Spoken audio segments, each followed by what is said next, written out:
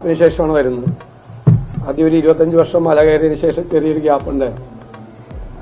കഴിഞ്ഞതിന് ശേഷമാണ്, കുറേ വർഷങ്ങൾക്ക് ശേഷമാണ് വരുന്നത്.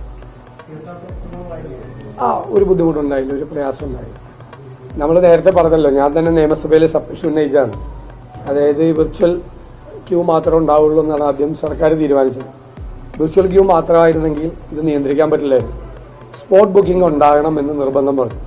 കാരണം അയൽ സംസ്ഥാനങ്ങളിലെ വളരെ വിദൂര ഗ്രാമങ്ങളിൽ നിന്ന് വരുന്ന സാധാരണക്കാർക്ക് യാതൊരു ഇന്റർനെറ്റ് സൗകര്യങ്ങളുമില്ല. അവരിതൊന്നും അറിയാതെയാണ് ഇവിടെ വരുന്നത്. ഇവിടെ വന്നിട്ട് മല കയറാൻ പറ്റാതെ തിരിച്ചുപോയാൽ നമ്മളാണ് അതിന്റെ കുറ്റക്കാർ. അതുകൊണ്ട് വളരെ കർശനമായി നമ്മൾ ആ സമയത്തുള്ള ബുക്കിംഗ് കൂടി, സ്പോട്ട് ബുക്കിംഗ് കൂടി ഉണ്ടാകണം എന്ന് കർശനമായി ആവശ്യപ്പെട്ടിരുന്നു. ഇപ്പോൾ സ്പോട്ട് ബുക്കിംഗ് ഉണ്ട്. മാത്രമല്ല 80,000 എന്ന് തീരുമാനിച്ചത് വിർച്വൽ ക്യൂ 90,000 വരെ പോകുന്നുണ്ട്. അതിൻ്റെ കൂടെ സ്പോട്ട് ബുക്കിംഗും ആകുമ്പോൾ കുറെ കൂടെ സുഗമമായി പോകും. പോലീസ് സംവിധാനവും ഇതുവരെ ഒരു കുഴപ്പമില്ലാതെ പോകുന്നുണ്ട്. ശ്രദ്ധിക്കണം, കഴിഞ്ഞ പ്രാവശ്യം സംഭവിച്ച കുഴപ്പങ്ങളൊന്നും ഉണ്ടാകാതെ നോക്കണം. കഴിഞ്ഞ പ്രാവശ്യം ഒരുപാട് പേര് പന്തളത്തൊക്കെ വന്ന് കെട്ടഴിച്ച് പോകേണ്ട സ്ഥിതി വന്നു. ആ സ്ഥിതി ഈ പ്രാവശ്യം ഒരു കാരണവശാലും വരാതിരിക്കാൻ വേണ്ടി ഗവൺമെന്റ് ശ്രദ്ധിക്കണം. അതിനുവേണ്ടിയുള്ള നിർദ്ദേശങ്ങളാണ് ഞങ്ങൾ നിയമസഭയിൽ കൊടുത്തത്. അത് തീർച്ചയായിട്ടും അത്തരം കാര്യങ്ങൾക്ക് സംഘർഷമില്ലാതെ പോകുന്നതിന് വേണ്ടിയിട്ടുള്ള എല്ലാ പിന്തുണയും ഞങ്ങളുടെ ഭാഗത്തുനിന്നുണ്ടാവും. കുഴപ്പമുണ്ടായിട്ടില്ല, കാര്യമായ പ്രശ്നങ്ങളൊന്നും ഉണ്ടായിട്ടില്ല.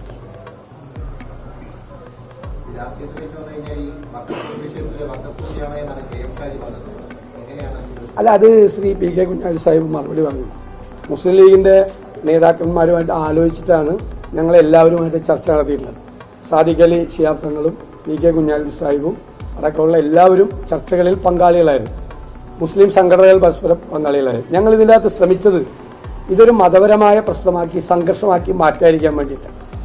സംഘപരിവാറിന്റെ ശ്രമം, അതിന് കൊടപിടിച്ചു കൊടുക്കുന്ന സർക്കാരിന്റെ ശ്രമം ഇതൊരു മതപരമായ പ്രശ്നമാക്കി മാറ്റി കേരളത്തിൽ ക്രൈസ്തവ ജനവിഭാഗവും ഇസ്ലാം ജനവിഭാഗവും തമ്മിലുള്ള ഒരു സംഘർഷത്തിലേക്ക് അത് പോകാനുള്ള സാധ്യതകളുണ്ടായിരുന്നു. ആ സാധ്യതകളാണ് ഇല്ലാതാക്കാൻ വേണ്ടി ഞങ്ങൾ ശ്രമിച്ചത്. അതിൽ ഏറ്റവും വലിയ പങ്ക് വഹിച്ച ഒരാൾ പാണക്കാട് സാദിഖ് അലി ശിഹാബ് തങ്ങളാണ്. അദ്ദേഹം കുഞ്ഞാലിക്കുട്ടി സാഹിബ് കൂടി എറണാകുളത്ത് വന്ന് നേരിട്ട് ബിഷപ്പ്മാരെ കാണുകയും അതുപോലെ തന്നെ വത്തിക്കാനിൽ പോയി മാർപ്പാപ്പയുമായി അദ്ദേഹം സന്ദർശനം നടത്തുകയും ചെയ്തു. അപ്പോൾ ഇത് എല്ലാവരും ഒരേപോലെ പറയുന്ന കാര്യം എന്താ? അവിടെയുള്ള ആളുകൾക്ക് സംരക്ഷണം കൊടുക്കണം, അല്ലേ? അവർക്ക് പെർമനന്റ് ടൈറ്റിൽ കൊടുക്കണം. ആ പെർമനന്റ് ടൈറ്റിൽ കൊടുക്കാൻ വേണ്ടിയിട്ടുള്ള സംവിധാനത്തെക്കുറിച്ച് ആലോചിക്കണം. ഗവൺമെന്റ് അതിന് പകരം ചെയ്തത് അത് നീട്ടിക്കൊണ്ടുപോയി അതൊരു വലിയ ഒരിക്കലും തീരാത്തൊരു പ്രശ്നമാക്കി മാറ്റുന്നതിന് വേണ്ടിയിട്ടുള്ള ശ്രമമാണ്. അത് തന്നെയാണ് സംഘപരിവാർ ആഗ്രഹിക്കുന്നത്.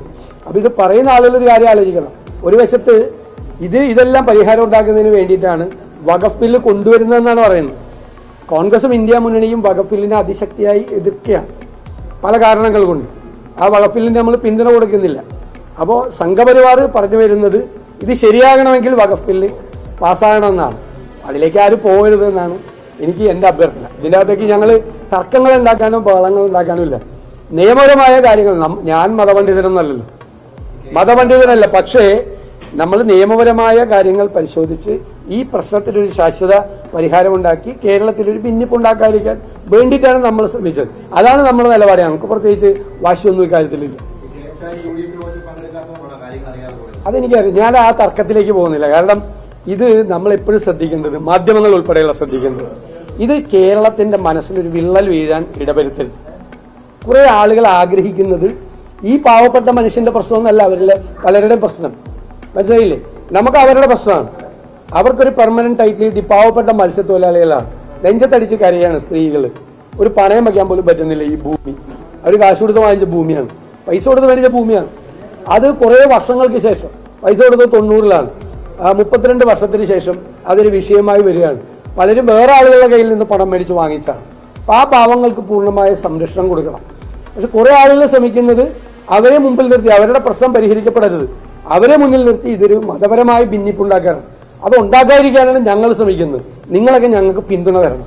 ചെറിയ കാര്യങ്ങളൊക്കെ പറഞ്ഞതിൻ്റെ അകത്ത് ഒരു ഭിന്നിപ്പുണ്ടാക്കി അതിൻ്റെ അകത്ത് ഇടയിൽ ഓരോരുത്തരുടെ വാചകത്തിന്റെ പുറത്തുള്ള ഇത്. ഇന്ത്യൻ യൂണിയൻ മുസ്ലിം ലീഗും ഇന്ത്യൻ നാഷണൽ കോൺഗ്രസും ഇക്കാര്യത്തിൽ ഒരുമിച്ച് തീരുമാനിച്ച് UDF ഒറ്റക്കെട്ടായിട്ടാണ് ഞങ്ങൾ മുന്നോട്ട് പോകുന്നത്.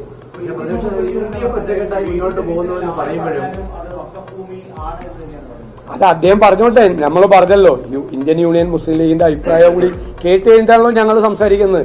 ഞങ്ങളെല്ലാം ഒരുമിച്ചാണ് ഇതിന്റെ തുടക്കം മുതൽ തന്നെ ഇത് ചർച്ച ചെയ്യുന്നത്. ഇതിന്റെ അകത്തൊരു വിവാദത്തിന്റെ ഒന്നും പ്രശ്നമില്ല. ഞാൻ പറഞ്ഞത് നിയമപരമായ കാര്യങ്ങളെല്ലാം പരിശോധിച്ചതിന് ശേഷമാണ് ഞാൻ ആ വിഷയത്തെക്കുറിച്ച് പറഞ്ഞിട്ടുള്ളത്. ഇവരെല്ലാം മനസ്സിലാക്കേണ്ടത് ഈ വഖഫ് ബില്ല് പാസ്സാക്കിയാൽ ഇപ്പോഴുള്ള വിവാദ ഭൂമിയായ സമ്പലിൽ വരെ പ്രശ്നമുണ്ടാവും. ഈ സമ്പല്ല ഭൂമിയിൽ വരെ പ്രശ്നമുണ്ടാവും ഈ വഖഫ് ബില്ല് പാസ്സായ. അത് മനസ്സിലാക്കുന്നത് എല്ലാവരും മനസ്സിലാക്കുന്നത് നല്ലതാണ്. ഈ എല്ലാവരും പറഞ്ഞ് തർക്കിച്ച് അവസാനം സംഘപരിവാറിന്റെ ഒരു അജണ്ടയുണ്ട്. ഈ പ്രശ്നങ്ങളെല്ലാം പരിഹരിക്കണമെങ്കിൽ ഈ വഖഫ് ബില്ല് കൊണ്ടുവന്നാലേ ഇത് പാസ്സായാലേ പരിഹരിക്കുള്ളൂ എന്നുള്ള സംഘപരിവാറിന്റെ ഒരു അജണ്ടയുണ്ട്. ആ അജണ്ടയിലേക്ക് എല്ലാവരും എത്തിക്കാൻ വേണ്ടിയിട്ട് അവർ ശ്രമിക്കുകയാണ്. ആ കെണിയിൽ എല്ലാവരും വീഴാതിരിക്കാൻ നോക്കുക. അത്രയല്ലേ.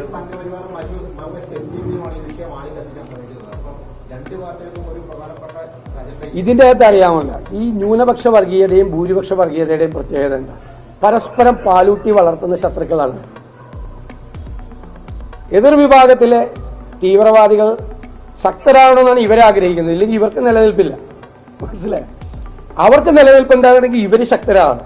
ഏതെങ്കിലും ഒരു കൂട്ടത്തിലെ തീവ്രവാദികൾ ദുർബലരായാൽ രണ്ടു കൂട്ടർക്കും നിലനിൽപ്പില്ല. പരസ്പരം പാലൂട്ടി വളർത്തുന്ന ശത്രുക്കളാണ് ഭൂരിപക്ഷ വർഗീയതയും ന്യൂനപക്ഷ വർഗീയതയും. അവർ തമ്മിൽ സന്ധി ചെയ്യും. പക്ഷേ സർക്കാരിന് ഈ കാര്യങ്ങൾ മനസ്സിലാവുന്നില്ല. ഇത്രയും ഗൂഢമായിട്ട് ചില രാഷ്ട്രീയ മുതലെടുപ്പ് നടത്തുമ്പോൾ ഇതിനൊരു പ്രശ്നം ശാശ്വതമായ പരിഹാരം കാണാൻ എന്തുകൊണ്ടാണ് സർക്കാർ? അതാണ് അവിടെയാണ് പ്രശ്നം. അതായത് സർക്കാർ അനങ്ങിയത് എപ്പോഴാ? പ്രതിപക്ഷ നേതാവ് എന്നുള്ള നിലയിൽ ഞാനൊരു കത്ത് കൊടുത്തു മുഖ്യമന്ത്രിക്ക്, ഓൾ പാർട്ടി മീറ്റിംഗ് വിളിക്കണം. അപ്പോഴാണ് സർക്കാർ ഒരു ഉന്നതതല യോഗം പോലും വിളിക്കുന്നത്. ഓൾ പാർട്ടി മീറ്റിംഗ് വിളിച്ചില്ല, ഉന്നതതല യോഗം വിളിച്ചിട്ട് ഈ കമ്മീഷൻ വെച്ച് ഇത് ഡിലേ ചെയ്യിപ്പിച്ച് പോവാ. സംഘപരിവാരം ആഗ്രഹിക്കുന്നത് ഇത് ഡിലേ ചെയ്ത് ഈ പ്രശ്നത്തിന് പരിഹാരം ഉണ്ടാകാതെ പോകണമെന്നാണ്. ഈ കമ്മീഷന്റെ അജണ്ട എന്താ? ടേംസ് ഓഫ് റെഫറൻസ് എന്താ? ഈ പ്രശ്നത്തിൽ പരിഹാരം ഉണ്ടാക്കാൻ പറ്റുന്ന ടേംസ് ഓഫ് റെഫറൻസ് ആണോ ഈ കമ്മീഷൻ കൊടുത്തിരിക്കുന്നത്? ഇത് എന്തുകൊണ്ടാണോന്ന് എനിക്കറിയില്ല. നിയമപരമായി കാര്യങ്ങൾ പരിശോധിക്കണമെന്നാണ് എന്റെ അഭ്യർത്ഥന.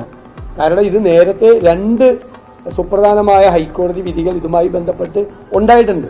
ഞാൻ ആ അഭിപ്രായം പറഞ്ഞത് ആ വിധി 2 ഹൈക്കോടതി വിധിയുടെ കൂടി പശ്ചാത്തലത്തിലാണ് ഞാൻ അഭിപ്രായം പറഞ്ഞത്.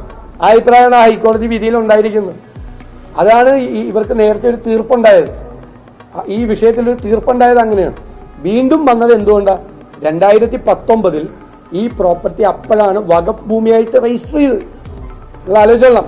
2019 1950 വഖഫ് ചെയ്യപ്പെട്ടു എന്ന് പറയുന്ന ഭൂമിയാണിത്. 50 അപ്പോ 69 വർഷത്തിന് ശേഷമാണ് ഇത് വഖഫ് രജിസ്റ്ററിൽ വന്നത്.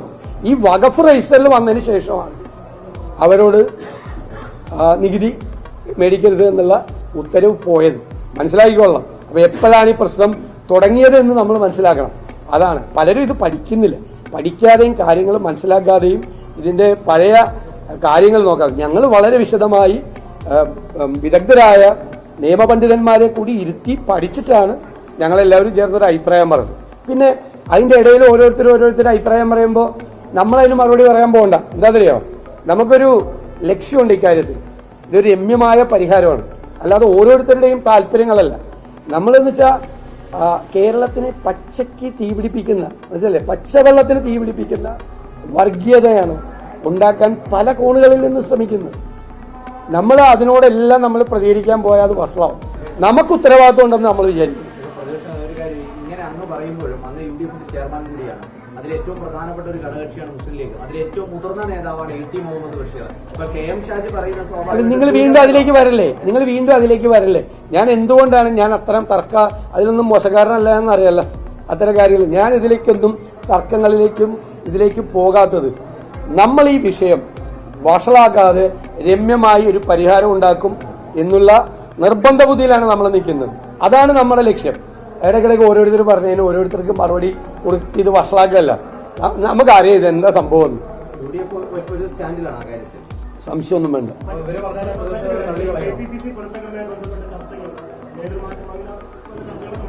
അങ്ങനെ യാതൊരു ചർച്ചയും നടക്കുന്നതായിട്ട് എനിക്കറിയില്ല. ഒരു ചർച്ചയും നടക്കുന്നതായിട്ട് എനിക്കറിയില്ല. എന്നോട് ആരും പറഞ്ഞിട്ടില്ല. എനിക്കറിയില്ല. അങ്ങനത്തെ ഒരു ചർച്ച നടന്നിട്ടില്ല. ഇനി ഉണ്ടെങ്കിൽ തന്നെ ഞാൻ നിങ്ങളോട് പറയും. അല്ല, അങ്ങനെ ചർച്ച നടക്കുന്നില്ല. ചർച്ച നടക്കുന്ന ഈ പറഞ്ഞത് അല്ല, അതൊക്കെ ഞാൻ നിങ്ങളോടാണോ പറയേണ്ടത്? അല്ല, എനിക്ക് അങ്ങനെ ഒരു അഭിപ്രായം ഉണ്ടെങ്കിൽ ഞാൻ നിങ്ങളോട് പറയാമോ? അതല്ല നാളത്തെ ലീഡ്. അത് ഞാൻ പറയാമോ? ഞാൻ അങ്ങനെ പറയാമോ? KPC പ്രസിഡന്റ് പറയും, അല്ലെങ്കിൽ AICC നേതൃത്വം പറയും. ഞാൻ അതിനകത്ത് തീരുമാനം എടുക്കേണ്ട ഒരാളല്ല. എന്നോട് ചോദിച്ചാൽ ഞാൻ എന്നോട് അഭിപ്രായം പറയും. അല്ലാതെ അത് ഞാൻ നിങ്ങളോട് പറയേണ്ട കാര്യമല്ലല്ലോ. നിങ്ങളോട് ഞാൻ പറയാൻ പാടില്ലല്ലോ. എന്റെ അഭിപ്രായം ഞാൻ നിങ്ങളോട് പറയാൻ പാടില്ല. അത് പാർട്ടി തീരുമാനിക്കേണ്ട വിഷയമാണ്. സംഘടനാപരമായ കാര്യങ്ങൾ ഞാൻ നേരത്തെ മറുപടി പറയാറില്ല. KPC പ്രസിഡന്റ് പറയും, പിന്നെ ഇല്ലെങ്കിൽ AICC നേതൃത്വം പറയും. ഒരു ചാർജുള്ള ജനറൽ സെക്രട്ടറി, സംഘടനാ ചുമതലയുള്ള ജനറൽ സെക്രട്ടറി, മലയാളി കൂടി അവർ പറയും അഭിപ്രായം. നിങ്ങൾ അവരോട് ചോദിക്കും.